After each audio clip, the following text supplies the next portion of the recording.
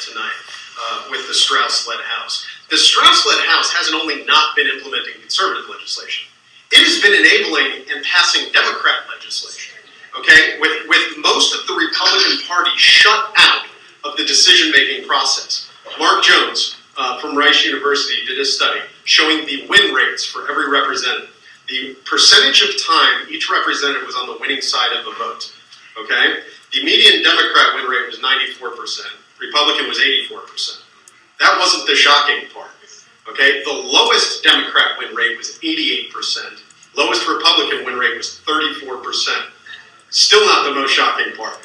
Most shocking part was 2/3 of the Republican Party was on the losing side of more votes than every single Democrat in the Texas House. That tells you what legislation is coming to the floor, what legislation is being passed. It's being passed with a small sliver of leadership joining with the Democrats to pass legislation that the Democrats like. I don't like a Texas House where Lon Burnham, who's to the left of Obama, is happier with the vote more times than Jonathan Stickland.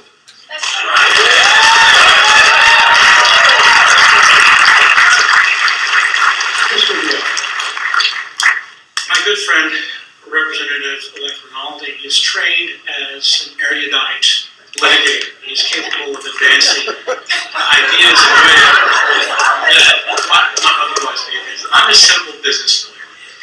I deal with facts and figures. I'm an economist by trade. I'm Unfrozen caveman lawyer right now. Unfrozen caveman lawyer. The study that you referred to, and Mark Jones from Rice is a wonderful man. He's very smart. I enjoy speaking with him a lot. But in the end, if you look again at the statistics, there are 63% of us who are Republicans in the Texas House. Last year, if you look at the primary author of a bill that was authored by a Republican, you would find that we passed 67% of our bills, and the Democrats only 33%. Now, you have two other classes of authorship, and I don't want to get too deep into the weeds because folks don't care about procedure. You've got a joint author, and you've got a co-author. Joint authors and co-authors can only join a bill in the event that the primary author allows them to do that. It's often done for political purposes. You want some Democrat cover here, you want some people to cover here. You bring people on as joints and co's in order to get their ability, or to get their constituencies for a vote. So what ends up happening is if you add in those joint authors and co-authors, which Mr. Jones did, and which Hard Hatter's analysis did, you would see that they have a greater percentage. But if you look at their methodology, they didn't do the inverse. So they don't give Republicans credit for bills where they sit on, let's say, a joint authorship or a co-authorship for a Democrat bill, and they give that the rights to Democrats. They don't give credit for Republicans. If you look at it again, 67% of the primary author bills were authored by Republicans, which only have 63%. Republicans control the House, and again, it's subject to the leadership of Senator Joe Strauss. Let's talk a little bit quickly, because I didn't answer your first question, about my good friend, Scott Turner. Now, let me just tell you again, Scott Turner, if you've ever met him, charismatic, he's a leader, he's got great vision, he's articulate.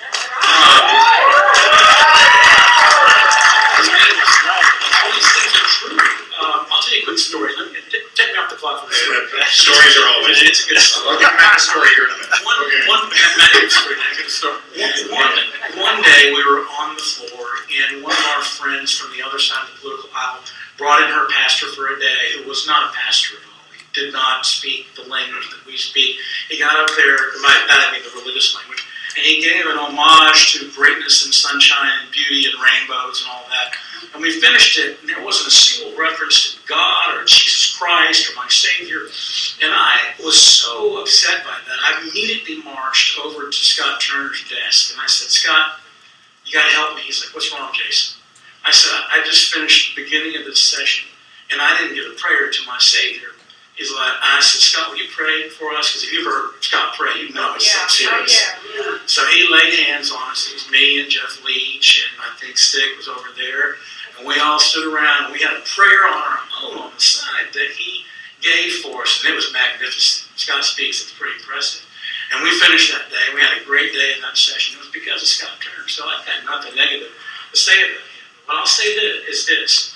Look, there are a lot of good people in the House of Representatives. Matt's going to be a good one. We've had some good members. There are a lot of really smart folks, just like Matt, going to be there.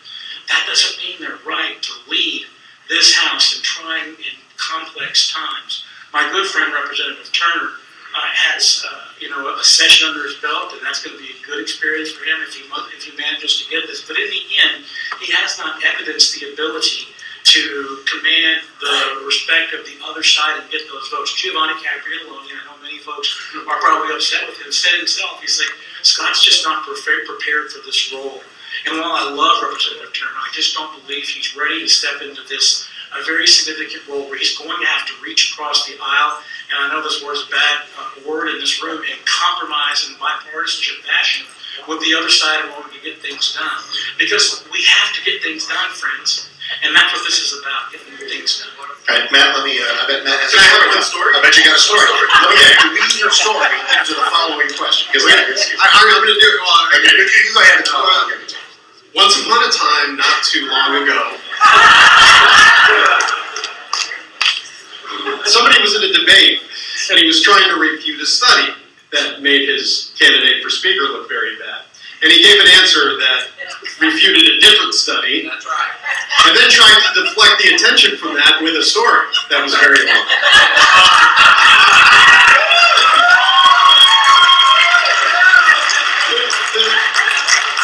The study you talked about was the Hardhatter study that dealt with authorship.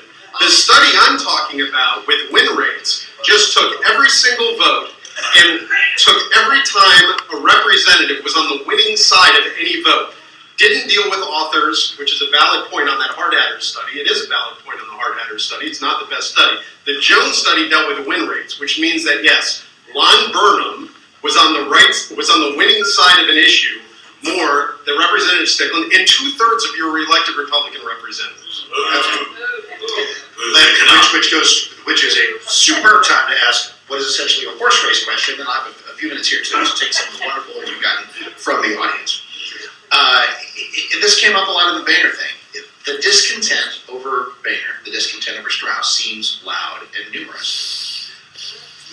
The objective alien from space looking at this and saying, is this likely to happen, is that the odds are really, really long at a change in speaker actually happening. If you've got all these 2/3 conservative majorities, if Texas is so incredibly, if this election, I mean, my gosh, Greg Abbott, Dan Patrick, Ken Paxton, who's in office already, we're a redder state than we were 2 5. We're heading in the right direction. So, why is this a closer race? Why is this a great long shot? Is this me? Yes. I mean, we see with our frustration with the U.S. House that it's hard. It's hard to get our representatives sometimes to vote in accordance with what the grassroots wants. I mean, it truly is. Plus, your representatives who are supporting Scott Turner, like Representative Stickland in the audience, they're putting themselves out there. They won't get the best committee assignments. They won't. They won't get preferential treatment in the House. It's a brave road to take, and it's a tough road to take. And sometimes people will only do it if they see the clear path to victory. Well, let me tell you what. There's a lot more support for Scott Turner and a lot more sentiment against the leadership than you see on the surface. I told you about what the results were in the House in terms of win rates, in terms of Democrats being empowered and passing more legislation than Republicans with help of the minority of the Republican Party. People see that. The members see that. Okay? Strauss has less support than you see in the media, and it's because the representatives see that. But I think Scott Turner will get more votes than have announced now on the day when we announce our votes. Because in the end, people know how you feel. People know that you're passionate about this and you see the importance of the vote. And in the end, you guys bring about change. You guys make us vote in accordance with your wishes.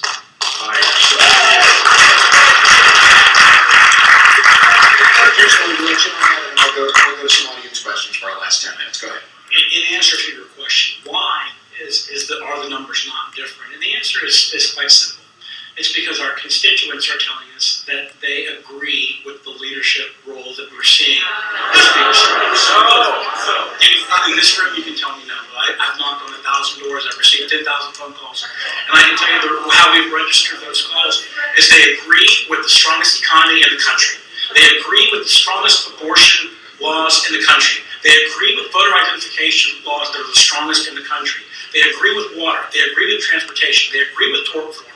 They agree with the issues that matter most to Texans. They agree with expanding charter schools. They agree with doing the kinds of things that are important for our families. And they will talk to me, and they will talk to Representative Renaldi in order to get the leadership that they want. They want a Reagan-esque, pragmatic leader, and they're going to get it on speaker.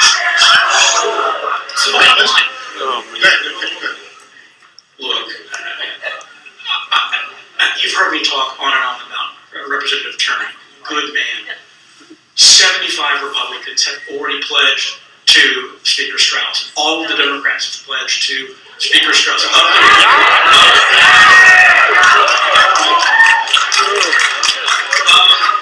the remaining 25 Republicans, of the 25 remaining Republicans, half of those are going to go to Speaker Strauss. You're looking at 12, maybe 15 votes tops, and I know that there's a great need for a debate on this issue. But in the end, this race is over. No, it isn't. It is over. It is. You're over. Here's what we should do. And you're over. We should. Don't make me come out there. Let's come back after and let's look at the vote, and then we'll digest that. All right, the audience clearly wants it. Let me say publicly right now. Let me say publicly right now, because I hear this a lot from people in audiences on the web. I plead with you right now, publicly, bring me an opponent. Bring me an opponent next time. I ask you to do that. And you know why? Because democracy demands the contest of the ideas. I'm asking you to bring somebody that you think is better than me, and let's let the people of my district decide. Thank you. We got a couple of these on the cards here. We got about 7 or 8 minutes. I think we're all good on time. We got a lot of good questions. In fact, let me go to one on a specific issue. Wanted to know if there would be a Scott Turner, Joe Strauss difference on what the House would do in terms of expansion of Medicaid under Obamacare. Who do you want to ask? John Paul, whoever you want. Back to it. For me to go? Yep. Yeah, there would. I mean, Scott Turner has said that he would not expand Medicaid under Obamacare. He's opposed to implementing Obamacare exchanges. The Speaker of the House and leadership last session attempted to pass a bill expanding Medicaid under Obamacare. They tried very hard to do it, and they were in support of it. There was an article in the San Antonio paper last session about Joe Strauss's support for Medicaid expansion. They actually did pass a bill that expanded Medicaid under Obamacare. Then it was reconsidered after some representatives saw what leadership did in slipping it through. So yes, there is a difference. Medicaid will not be expanded under Scott Turner's leadership. It's curious. I was the one who voted first to oppose Obamacare. Again, the blogs that you read will say, I'm in favor of Obamacare. I was the member who was going around to the House and saying, look guys, you just voted in the wrong direction. We got to flip our votes. And ultimately the vote went down to kill the expansion of Obamacare. You'll see under a Strauss-led House in the 2015 session that we will again brush back any attempt to expand Obamacare or Medicaid. I know that the governor has talked briefly about looking at a Texas solution. I think that might be something that we can consider, but Obamacare is off the table. It's not something that even what you would deem to be rhinos like me would be in favor of for. So I will be opposing it. I know Matt will be opposing it. You won't see expansion of Obamacare under the Texas House this session. An audience card says it asks both of you to have this debate 2 years from now as we go into the very next session and look back and tell us what your guy did that was so great. I'm in. So what would it be? It's 2 years from now, looking at the round ahead, what would you say if we're sitting here, in the beginning of 2017, about to inaugurate a Republican president? Just saying. If our spirits are even higher than they are now because of that, Retroactively, Hopefully the future first father sitting in the There you go. What will you look back on predictively, and what will Speaker Turner have done that you'll say was his shining accomplishment? Well, you're sort of speaking to whoever. I'll Take your guy. Matt said I can go first on this, so I'll refer to him. Speaker Strauss will have again led a session that resulted in results for the great state of Texas. You will see a transportation bill that will come forward that will look an awful lot like what Governor Abbott has talked about. You will see the franchise tax being scaled back, if not completely eliminated. In the next session, you're going to see immigration reform that will include a voter ID and perhaps even rolling back or adjusting the Texas Dream Act. In Texas, you're going to see additional resources that will be going to immigration protection to protect our border. Border security is preeminent in the minds of both Lieutenant Governor-elect Patrick and Speaker Strauss. You will see that our economy will continue to grow and grow healthy because we have planned for some lean times. Look, we've got to be very serious and prudent about the months ahead and the years ahead. As oil and gas begins to fall, we've got some issues. It's time to tighten that belt. I mean, if ever there was a time for being fiscally conservative, this is it. We have money in the coffers today, but in 2 years, I think it's going to be much tighter.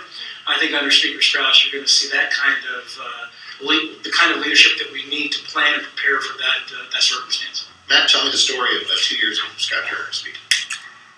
I think if Scott Turner as Speaker combined with our conservative governor and conservative lieutenant governor and conservative Senate, you will see the greatest group of bills pass through our legislature, conservative bills, that you will have ever seen in any state in the country. I think we have an opportunity with Scott Turner to show the country that our ideas work, that promoting limited government and individual liberty works. Specifically, I think you're going to see a constitutional amendment pass in the Turner speakership that limits spending to inflation plus population growth, preventing future growth in government. 2/3 vote to bust the spending cap, elimination of the franchise tax, 4/5 vote, a constitutional amendment requiring 4/5 vote to raise taxes. I think you will see school choice, real school choice, that allows money to the public-private homeschool of his or her choice. I think you will see real immigration reform that not only secures the border, but eliminates the magnets that bring illegal immigrants into the state. And I think you will see another great pro-life bill. Unlike the current speaker that considers life not a big issue, Scott Turner does, and you will see a piece of pro-life legislation pass the Texas House next session. On a school night with the temperature dropping in virtually every minute, to get everybody out on time, let us do our 2 minutes each to close and by our prior event conflict. Jason, you get to go first. Well, let me thank you, Mark, for running, just a fantastic conversation. And thank you again, RERvideo-Renaldi.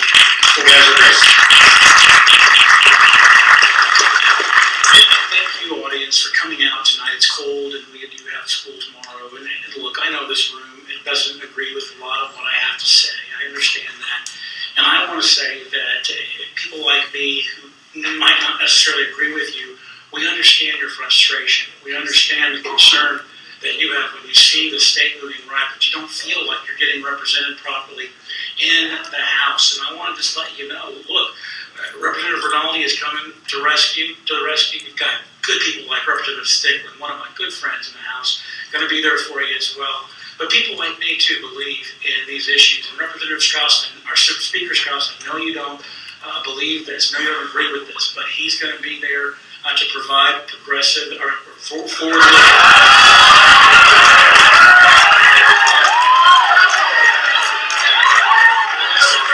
Time out for the Freudians. That's what I said.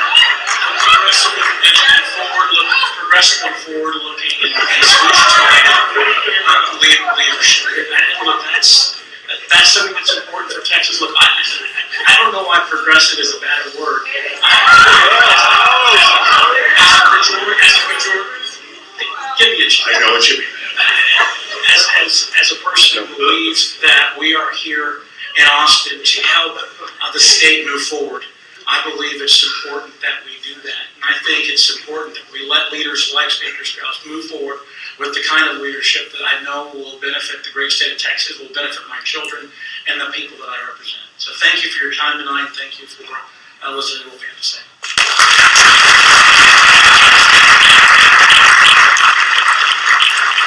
We're lying in wait for that. That's a thinking progress. We all get it. We're just having fun here. And 2 minutes, Matt, they're yours. I want to thank Mark again for doing this. I really do appreciate it. I want to thank Representative Villaba, who I mean, is really great for coming out here. But I think he did a great job, and I appreciate him having the discussion. It's important. Some see Republicans on stage with differing opinions, and they see disunity. They saw disunity in March and disunity in November. I saw unity in both those elections, and I saw a unity in message of the Republican Party. Every Republican campaigned on smaller government, strict constitutional spending limits, life, Second Amendment, immigration enforcement, school choice.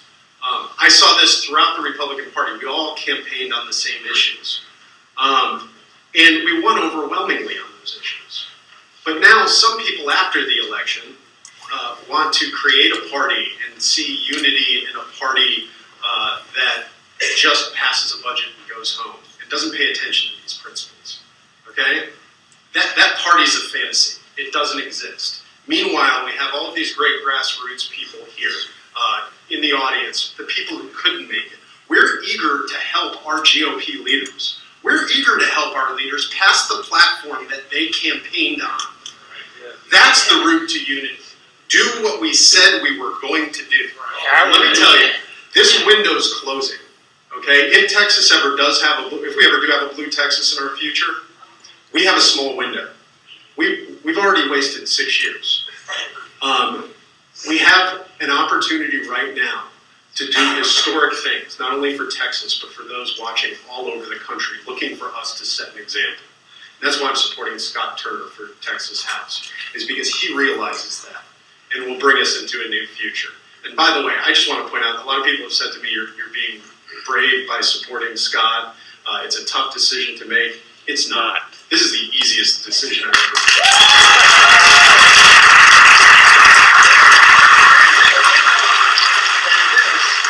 Was one of the easiest gigs I ever accepted.